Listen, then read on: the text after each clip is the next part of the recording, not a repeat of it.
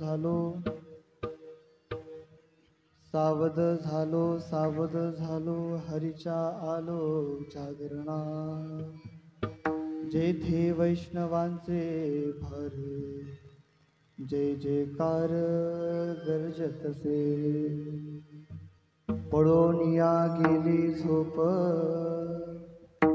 पळोनिया गेली झोप होते पाप आडते जेथे वैष्णवांचे भर जय जयकार गर्जतसे तुका म्हणे तया ठाया तुका म्हणे तया ठाया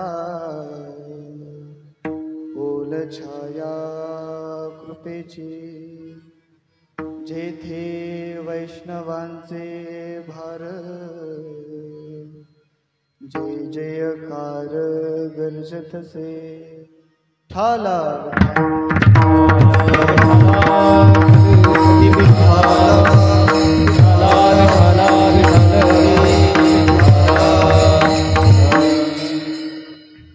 हे कृष्ण करुणा सिंधू दीनबंधु जगतपते गोपेश गोपिकांताय राधाकांता नमोस्तुते वाच्छाकल्पतरुभ्यश्च कृपा सिन्धुएव च पतितानाय पावनेभ्यो वैष्णवयोभ्यो नमो नमः पांडुरंगा करू प्रथम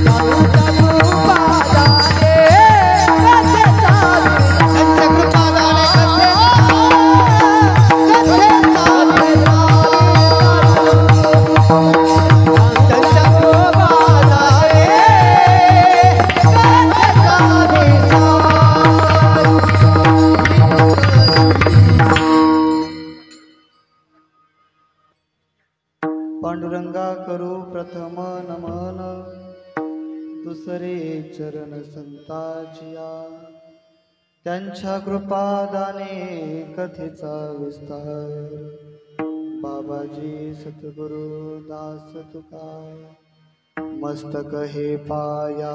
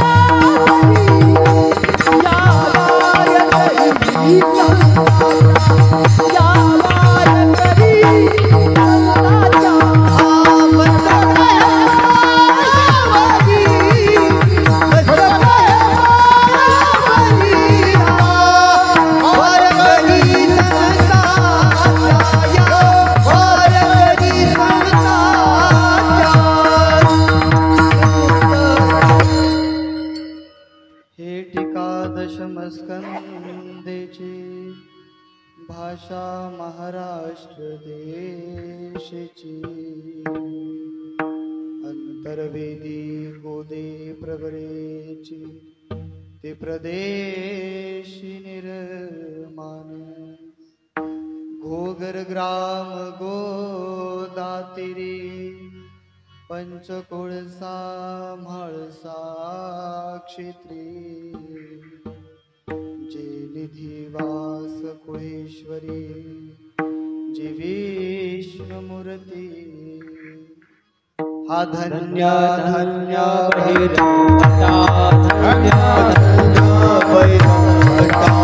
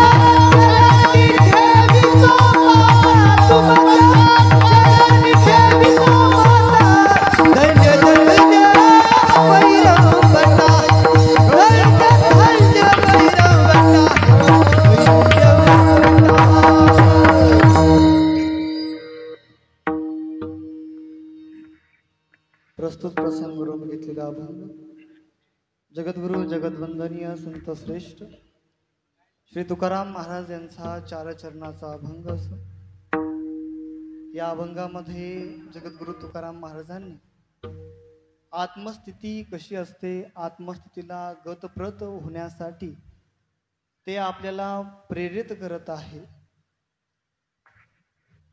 आत्मस्थितीतून आत्मकल्याण निश्चित आहे. आत्मकल्याणाने भगवत प्राप्ती होत असते. हे तुकोबराय ह्या अभंगातून दर्शवित आहे. पण त्याच्यासाठी अगोदर व्यक्तीला काय करावं लागेल, भगवत प्राप्तीसाठी त्याला काय करावं लागेल, तुकोबराय म्हणतात त्याला अगोदर संसाररूपी जाळ्यातून बाहेर यावं लागेल. जो असार संसार आहे, जी दलदल आहे, त्या दलदलीतून त्याला बाहेर यावं लागेल. पण त्याला बाहेर येण्यासाठी अगोदर त्याला सावध व्हावं लागणार आहे. एकदा तो सावध झाला मग तो काय करतो, तो म्हणे भगवत प्राप्तीशी तू एकरूप होऊन जातो. माझ्या जीवनाची तशीच व्यथा आहे म्हणे. मीही संसाररूपी जीवनामध्ये अडकलेलो होतो, तुकोबराय म्हणतात. परंतु मी लवकरच सावध झालो आणि सावध होऊन काय केलं तर म्हणे हरीच्या आलो जागरणा. सावध झालो सावध झालो हरीच्या आलो जागरणा. सावध होऊन काय केलं म्हणे हरीच्या जागरणासाठी आलो. सावध झालो म्हणून आलो. आता ठीक आहे, तुम्ही सावध झाले तुकोबराय, तुम्ही इथं आले, पण तुम्हाला सावध कोणी केलं हो, आणि तुम्ही कुठे गेले होते? त्याचं उत्तर देत ते म्हणतात जेथे वैष्णवांचे भार जय जयकार गर्जतसे. कुठे आलो म्हणे ज्या ठिकाणी वैष्णव आहे, वैष्णव संत आहे, वैष्णव संतांचा भार आहे. तो भार म्हणजे ज्ञानरूपी भार आहे. त्या ठिकाणी मी आलो आणि काय केलं तर म्हणे जय जयकार गर्जतसे. याचा परिणाम काय झाला तुकोबराय म्हणतात पळोनिया गेली झोप, पळोनिया गेली झोप होते पाप आडते. अज्ञान रूपी जी झोप होते म्हणे ती आता पळून गेली. पण तुम्हाला ही झोप आली कशी? तुकोबराय म्हणतात माझं पाप आडवं आलं म्हणून आलं. होते पाप आडते, माझं पाप आडवं येत होतं म्हणून मी लवकरच जागा झालो नाही, पण नंतर का व्हायना मी जागा झालो. पण त्यांना कृपा लागती. तर म्हणे मला संतांची संगती घडली, मला बाबाजीची कृपा झाली, शास्त्राचा अनुग्रह झाला, त्यानुसार मी सावध झालो, वैष्णवांच्या संगतीमध्ये मी सावध झालो. बर, सावध होऊन काय केलं म्हणे, जय जयकार गर्जत असे, त्या पांडुरंगाचा जय जयकार केला. पण तुकोबराय म्हणतात, सावध फक्त मी वैष्णवांच्या संगतीतच झालो. हा, त्या वैष्णव संतांच्या संगतीमध्येच मी सावध झालो, कारण त्यांच्या ठाई ती कृपा आहे. तुका म्हणे तया ठाया ओल छाया कृपेची, त्या ठिकाणी तो ओलावा आहे म्हणे कृपेचा. इतर पाहिलं पण त्या ठिकाणी मला फक्त भ्रम दिसून आला. पण वैष्णव संगतीमध्ये, वैष्णवांच्या संतांच्या संगतीमध्ये मी आलो आणि ती कृपेची छाया, ओल छाया मला प्राप्त झाली. आणि मी त्या गतप्रत अशा उत्तम लोकाला प्राप्त झालो. नवे नवे तर प्राप्त होण्या अगोदर ते मला नेण्यासाठी आले होते. विठ्ठल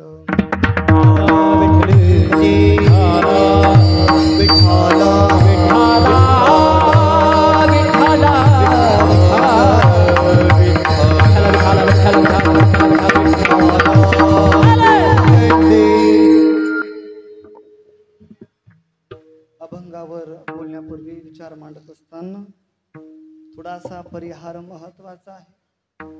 कशा निमित्त कार्यक्रम आहे आपण आज सर्वांना माहीत आहे. कैलासवासी स्वर्गवासी मच्छिंद्र गोविंद पाटील पठारे, तसेच स्वर्गवासी गयाभाई मच्छिंद्र पठारे यांचं प्रथम पुण्यस्मरणानिमित्त आपण सर्वजण ह्या ठिकाणी जमलेलो आहोत. आज दूरवरून लोक या ठिकाणी आलेले आहेत. आदरणीय आपल्या बेलपिंपळ गावचे पूजनीय सरदेव महाराज यांनाही मी वंदन करतो. तसेच बैरवाडीकर आदरणीय पूजनीय विजयजी महाराज पवार हे देखील या ठिकाणी आलेले आहेत, त्यांनाही वंदन आहे. तसेच आमचे मेघळे महाराज, निखिल महाराज मेघळे, तसेच गोपाल महाराज आणि विकास महाराज बनसोडे भामाठाणकर, 5 दिवस ज्ञानेश्वरी पारायणाची सेवा त्यांनी त्यांच्या घरी दिलेली आहे, त्यांनाही वंदन आहे. तसेच आमचे दादाभाऊ पाटील तोडमल हे देखील या ठिकाणी आलेले आहेत. तसेच आमचे तनपुरे महाराज हे देखील आलेले आहेत. आता सारस भजनी मंडळ आहे. हा, आता दोन्ही मृदुंगाचार्य आमचे कृष्णा महाराज आहे, तसेच नकुल महाराज आहे, ज्यांची गायनाला उत्तम अशी साथ आपल्याला या ठिकाणी लाभलेली आहे. ते असणारे आदरणीय पूजनीय काशीनाथजी महाराज टिकाळे, तसेच त्यांनाही वंदन आहे. तसेच आमचे गिरधर महाराज, त्यांनाही वंदन आहे. आणि आपल्या पाठीमाग सुंदर असे विद्यार्थी उभे आहे, तर सर्वांनाही वंदन आहे. आणि दूरवरून आलेले भजनी मंडळ, टाकळीभान भजनी मंडळ असो, बेलिंपळगाव भजनी मंडळ असो, बेलपांढरी भजनी मंडळ असो, जैनपूर भजनी मंडळ असो, घोगरगाव भजनी मंडळ असो, तसेच बाजाठाण भजनी मंडळ असो, श्रीदेवगाव भजनी मंडळ असो, चेंडूफळ भजनी मंडळ असो, अजून कुठे नागापूर भजनी मंडळ असो, भामाठाण भजनी मंडळ असो, हे जालू पाटलाची कीर्ती बरं का. हो विठ्ठल. बेलपांढरी तसेच झाले. हो, आता पंचक्रोशीतील समस्त भजनी मंडळ, आप्तेष्ट भाऊबंद पाहुणे रावळे सारे सर्वांना घेऊन पुण्यस्मरणाचा कार्यक्रम या ठिकाणी आपण संपन्न करत आहे. सुंदर अशी शूटिंगची व्यवस्था गोगरगावचे सचिन भाऊ बैरट यांनी घेतलेली आहे, त्यांनाही धन्यवाद. तसेच सुंदर अशी ज्यांची साऊंड सिस्टीम आहे, देवगड भक्त परिवार आहे, आणि आम्हाला त्यांची सेवा कायमस्वरूपी मिळत असते, मदत मिळत असते. ते असणारे आमचे रामेश्वर भाऊ शिंदे, तसेच आमच्या गावचे गोपशे पाटील पाहुणे, आता ते गाववासी झालेले आहेत, त्यांनाही वंदन आहे. सगळ्यांना धन्यवाद आहे. विठ्ठल.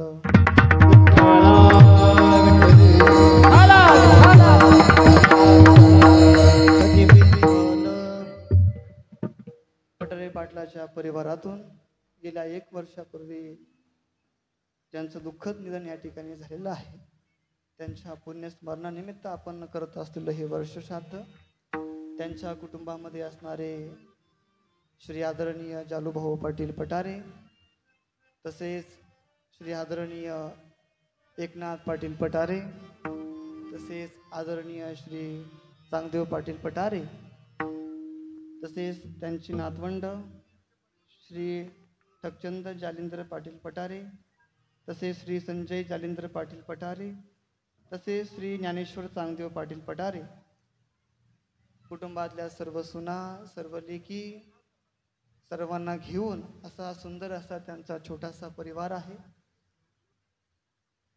दोघांची स्थिती आम्हाला माहिती आहे. आईची स्थिती आम्हाला माहिती आहे आणि वडिलाची स्थिती आम्हाला माहिती आहे. दोघांचा चांगलाच परिचय आम्हाला झालेला आहे.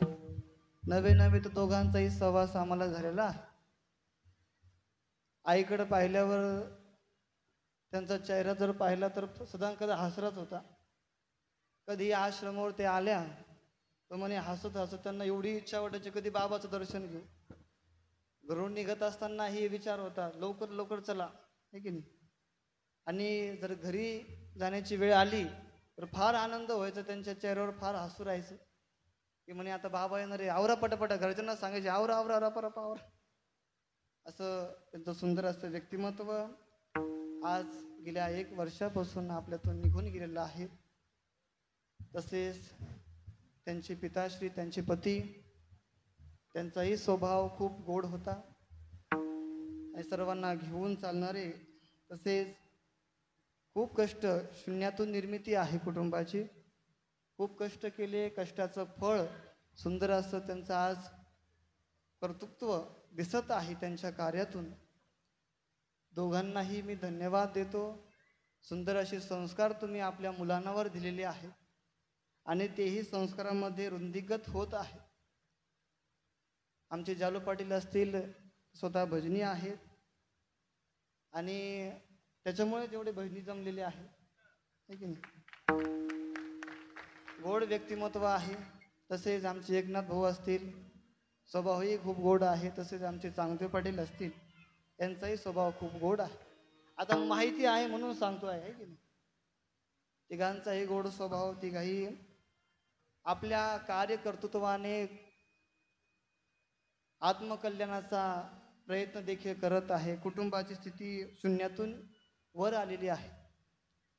खूप कष्ट केले आहे. कष्टातून एवढं सर्व काही संसार त्यांनी उभा केला आहे. तसेच कर्तृत्व त्यांचं कुटुंबातही दिसून येतं कार्य, परंतु त्यांच्या आध्यात्मिक क्षेत्रातही त्यांचं कर्तृत्व कार्य दिसून येतं. आध्यात्मिक क्षेत्रात त्यांची खूप मोठी अशी वाटचाल आहे. घर धार्मिक आहे. तुम्ही पाहत असाल तर मला चांगला अनुभव आहे म्हणून मी सांगत होते काही गोष्टी आहे. कधीही त्यांना जर आम्ही फोन केला, महाराज काहो आपल्याला असं असं कार्य करायचं आहे, मग अशा अशा पैशाची गरज पडतं आहे, तर कधी हातवर आहे, ठीक आहे. कधी असे म्हटले नाही की महाराज आमच्याकडे आता पैसे नाही, तुम्ही करू नका. सुरुवातीपासून गावात आल्यापासून भरपूर त्यांनी सहकार्य आपल्या संस्थानासाठी, आश्रमासाठी केलं आहे. आध्यात्मिक क्षेत्रातही सुंदर अशा प्रकारे त्यांची वाटचाल आहे. दान धर्माच्या बाबतीत तर विचारूच नका. कुठेही सप्ताह असो, कुठेही आध्यात्मिक कार्य चालू असो, पंक्तीला 1 नंबर हात त्यांचा वर असतो. की महाराज कमी नको पडायला म्हणे. प्रत्येक ठिकाणी मग घोगरगावसाठीच नाही, आहे की नाही, बाजारठाण असो, नेवरगाव असो, शेंदेगाव असो, कुठेही असो. आता शेंदेगाव देवस्थान त्यांची पंगत झाली. आता नुसतं एक करणं म्हणजे करणं नाही, त्याच्यामध्ये भावही लागतो आणि त्यांच्याकडे तो भाव आहे. भावातून ते करत आहे म्हणून वृद्धिंगत होत आहे. बरोबर आहे की नाही.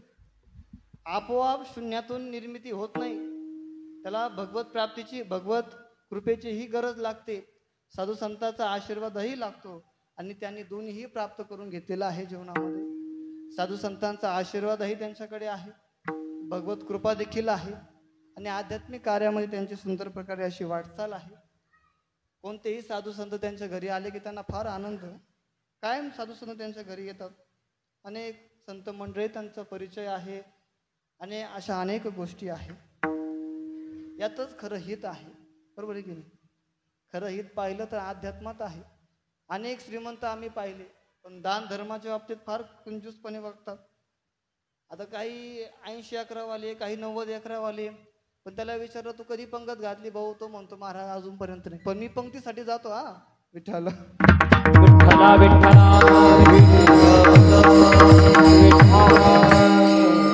काय त्याच्यासाठी जातात, पण हे देण्यासाठी जातात. हा वर आहे. तसं पाहिलं तर कोरडी विहीर विहीर असते ना, आहे की नाही, ती उपसली पाहिजे का बाबा. विहीर उपसली पाहिजे. संसाराची विहीर असते, आहे की धनाची जी विहीर असते ती कायमस्वरूपी उपसली पाहिजे. ती विहिरीतलं पाणी उपसलं का नवीन पाणी येत राहतं, आहे की नाही, वाहतं पाहिजे कधी पण. विहिरीमध्ये जर पाणी जास्त दाबून ठेवलं तर ते सडतं, त्याचा घाण वास येतो, आहे की नाही. पाणी उपसा पाहिजे, विहिरीचा कधी पण उपसाच पाहिजे. आणि ते उपसा करत असतात म्हणून ताजी ताजी विहीर भरत असते विठ्ठल.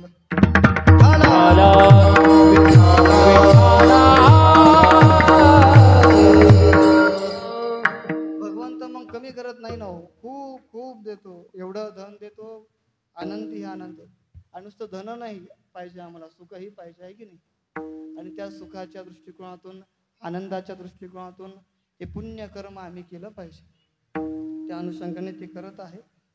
आणि त्यांना हित कळालं म्हणून आध्यात्मिक क्षेत्रामध्ये ते जास्त गतप्रत झालेले आहे, आहे की नाही. ज्याला हित कळतं तोच इकडं वळतो, त्याला हित कळत नाही त्याला काही कळत नाही, त्याला काही घेणं देणं नाही. पण ज्याला हित कळलं, संतांनी त्यांना धन्यता व्यक्त केली.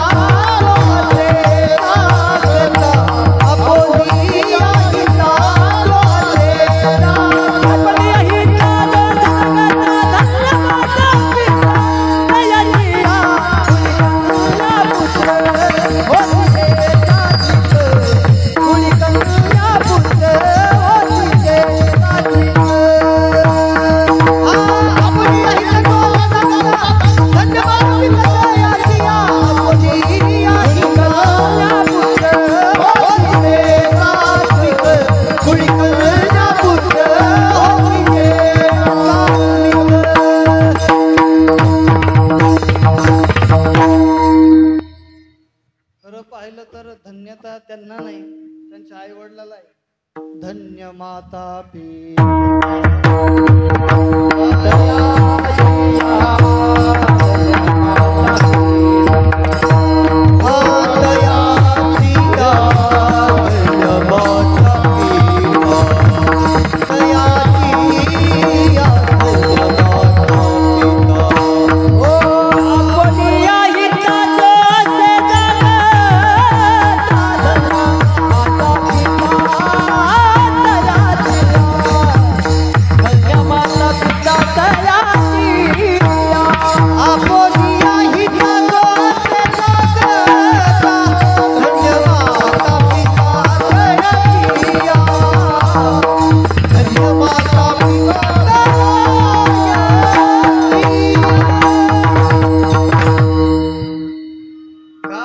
व्यक्त केली संतांनी, म्हणे खरी धन्यता ही त्यांच्या आई वडिलांना असो, माता पित्यांना खरी धन्यता आहे. कारण संस्कार तेच देत असतात आणि त्यांच्या संस्कारात ते वाटचाल करत असतात, म्हणून पुण्यकर्म करत असतात. म्हणून संतांनी धन्यता दिली. पण कुणाला? माता पित्यांना.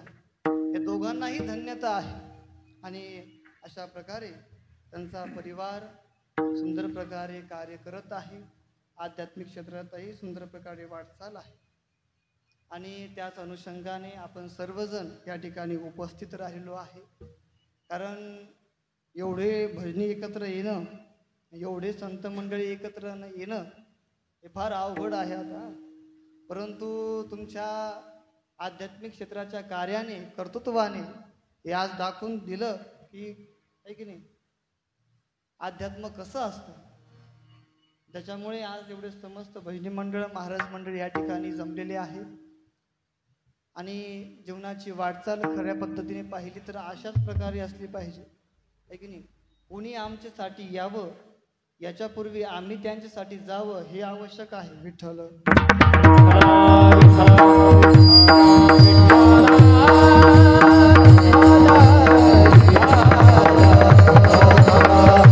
दुसऱ्यांसाठी वेळ दिला की ते आपल्यासाठी वेळ देतात, ही नीती आहे. विठ्ठल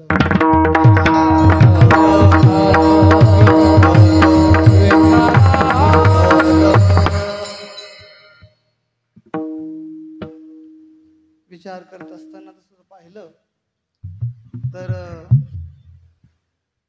मरण हे सत्य आहे. अंतिम सत्य हे मरण आहे. ते प्रत्येकाला माहीत आहे. माहीत असूनही तो त्या सत्याशी जाणीव ठेवत नाही. तो त्या सत्याच्या पाठीमागं पळतो, पुढं जात नाही. त्याला सर्वांना माहिती आहे मरण हे अंतिम सत्य आहे, तरी व्यक्ती त्याला खोटं ठरवण्याचा प्रयत्न करतो. मग कशा प्रकारे करतो? अनेक प्रकारे करतो. तो दवाखान्यात जाणार, तो व्यायाम करणार, तो योगा करणार, तो चांगले चांगले पौष्टिक पदार्थ खाणार हे शरीर तंदुरुस्त करण्यासाठी. म्हणजे त्याला खोटं ठरवण्याचा प्रयत्न, चेष्टा हा देह आपण करत असतो. पण एवढी चेष्टा करूनही शेवटी ते सत्य आहे. मरण ते सत्य आणि सत्यच आहे. मरण हे सत्य जरी असलं पण जो पुढचा प्रवास आहे तो कठीण आहे की नाही. तो एकट्यालाच करायचा आहे.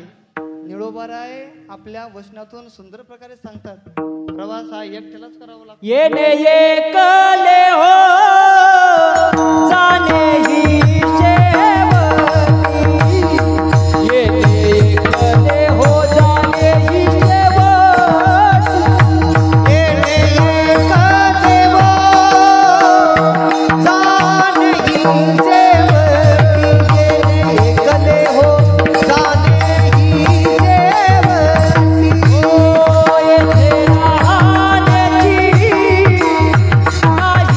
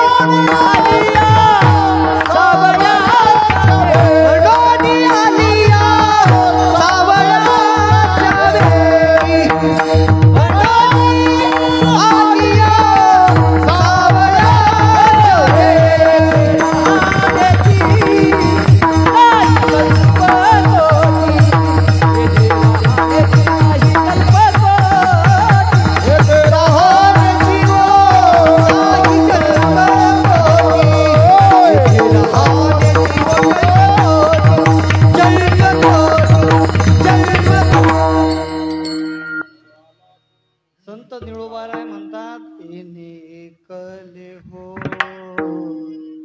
जाणे शेवटी राहण्याची नाही कल्पकोटी. एकट्याचा प्रवास आहे. निळोबाराय म्हणतात एकट्याला जाणं आहे आणि जरी तो परिवारामध्ये एकत्रित राहिला पण शेवटचा प्रवास एकट्याचा आहे. आणि तो समजत असला मी कायम स्वरूपी इथं राहू तर हा भ्रम आहे. अनेकांनी चेष्टा केली पण ती चेष्टा त्यांची व्यर्थ गेली. प्रत्येकाला जावं लागणार आहे. मरण हे अंतिम सत्य आहे. प्रवास एकट्याचा आहे की नाही. अनेक दृष्टिकोनातून आपण प्रयत्न करत असतो परंतु तो काळ आमच्या समीप आहे की नाही. तो काळ कसा आहे आमच्या समीप आहे. तो रोज कॅलेंडर पाहतो की नाही. अमुक अमुक महिना अमुक अमुक महिन्यातला अमुक अमुक आठवडा अमुक अमुक आठवड्यातला अमुक अमुक दिवस नुसतं कॅलेंडर पाहत नाही तर घड्याळही पाहतो. घडी घडी घडी काळ वाट याची पाही. घडी घडी घडी घडी काळ वाट याची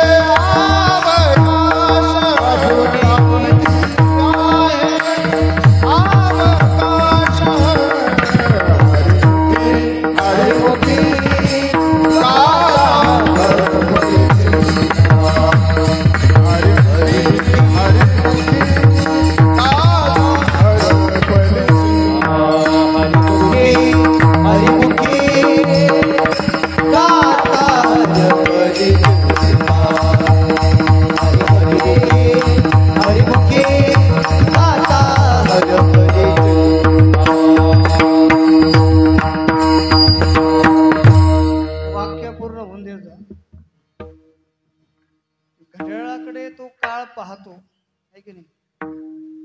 आणि ज्याचं जमलेलं आहे बरं का काळासोबत तो त्याची वाट पाहतो आणि घड्याळाकडून बघून काय म्हणतो अजून तरी की अजून किती आहे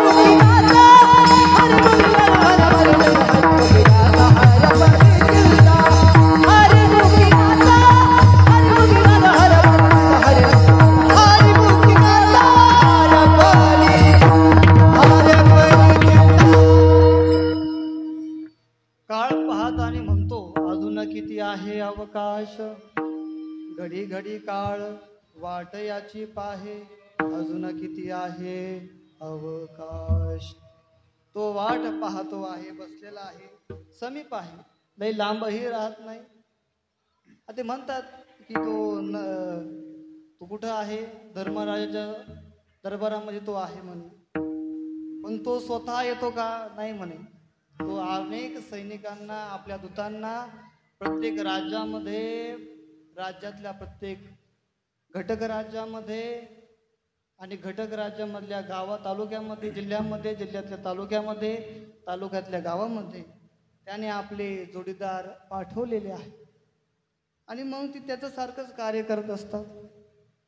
ते आम्हाला वाटतं आम्ही आता जगू भरपूर वेळा. मग ते काय करतात, जर फार आजारी असला त्याला दवाखान्यात घेऊन जातात. दवाखान्यात नेल्यावर घरच्यांना वाटतं आता हे स्थिरावणार.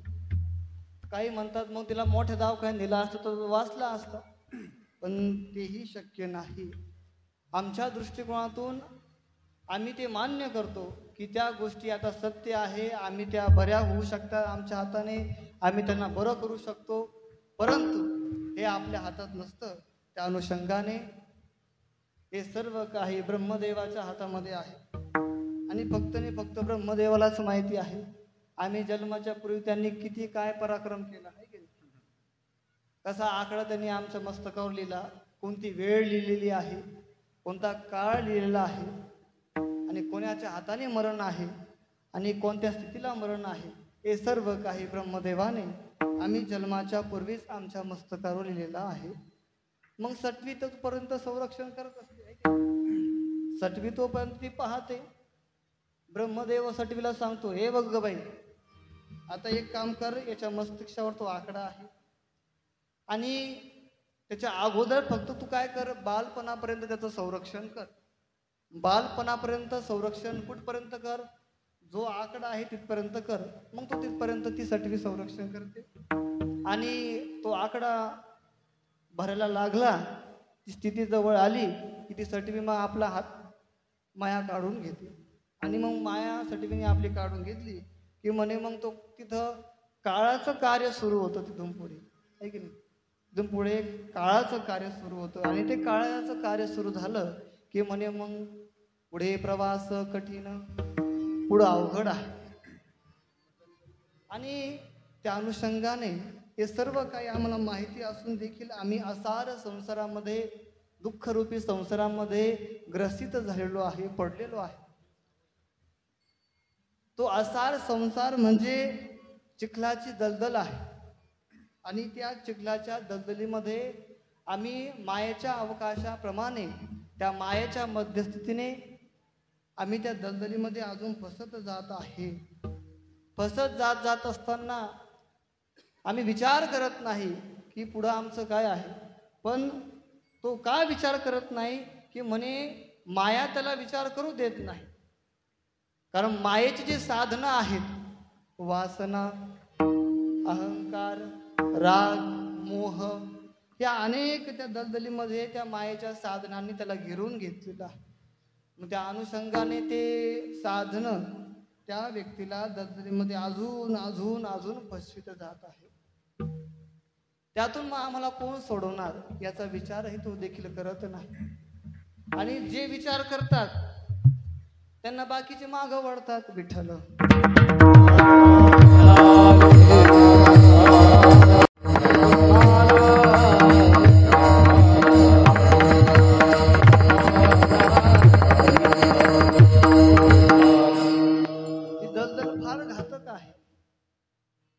की नाही.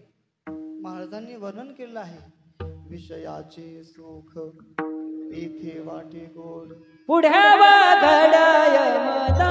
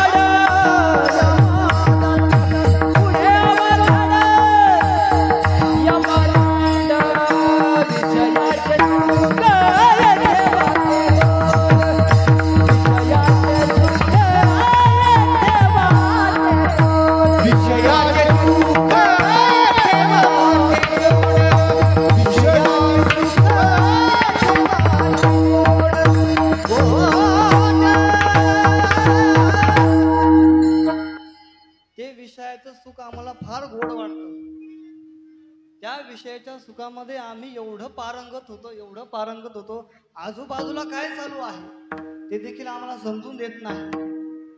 परमार्थ कसा आहे, भगवंत कसा आहे, संत कसे आहे, अध्यात्म कसं आहे, ते विषयाचं सुख आम्हाला तिथपर्यंत आणि त्यांच्याकडे घेऊन जाऊ देत नाही. तो मागं वळतो. हा पुढं चालला का ते विषयाचं सुख त्याला मागं वळतो, आणि मागं वळल्यावर तो त्याच्यामध्ये अजून अजून अजून खोलपर्यंत जातो, आणि शेवटी त्याला मरण येतं. आणि मरण झाल्यावर महाराज पुढे मग फार अवघड आहे. कारण मरणाच्या पूर्वी त्याने खूप आनंद घेतला. विषयाच्या सुखाद्वारे, कामाद्वारे, क्रोधाद्वारे, धनाद्वारे खूप त्याने आनंद घेतला. पण हे सर्व काही करत असताना तो कधी नीतीने वागला नाही, तो कधी अध्यात्मात राहिला नाही, तो कधी प्रेमाने वागला नाही. ज्याच्या शरीरामध्ये केवळ द्वेष, मत्सर, काम, वासना हे भरपूर भरलेले आहेत.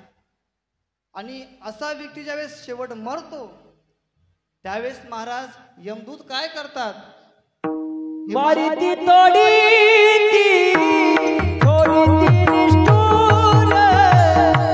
मारिती तोडी निष्ठुर, मारिती तोडी निष्ठुर, मारिती